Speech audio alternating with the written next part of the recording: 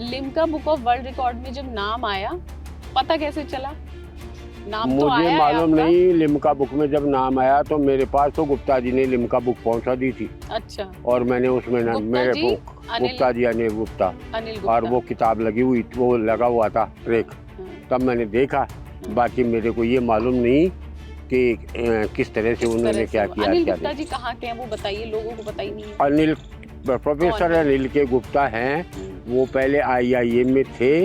इन्होंने कई ऐसी संस्थाएं बनाई हैं और वो संस्थाएं उनके द्वारा बनाई हुई है। उनके द्वारा जो सेलेक्ट किसान हैं वो पूरे उसमें हैं। और किसान हित में गुप्ता जी ने अपना पूरा जीवन समर्पित कर दिया।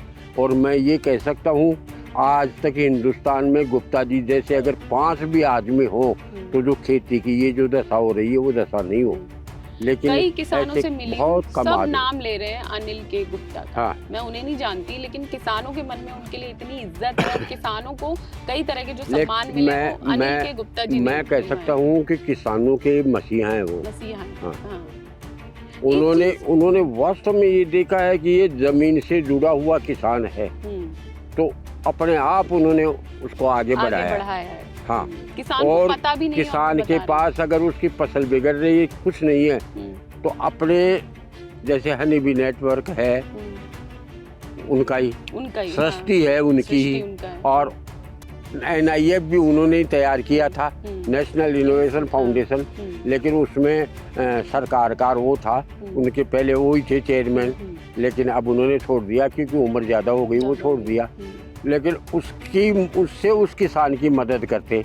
और कृषि क्षेत्र में नहीं, पशुपालन में भी था उनका, कुटीर उद्योग वाले भी हैं और भी हैं।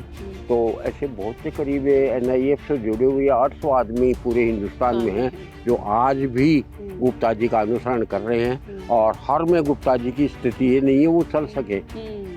और क्या दूसरी एक और बताऊं मैं, गुप्ता जी के श्रीमती जी जो थी वो बीमार अवस्था में थी। अच्छा। उनकी सेवा करना बहुत ज़रूरी था और वो छोड़ नहीं सकते।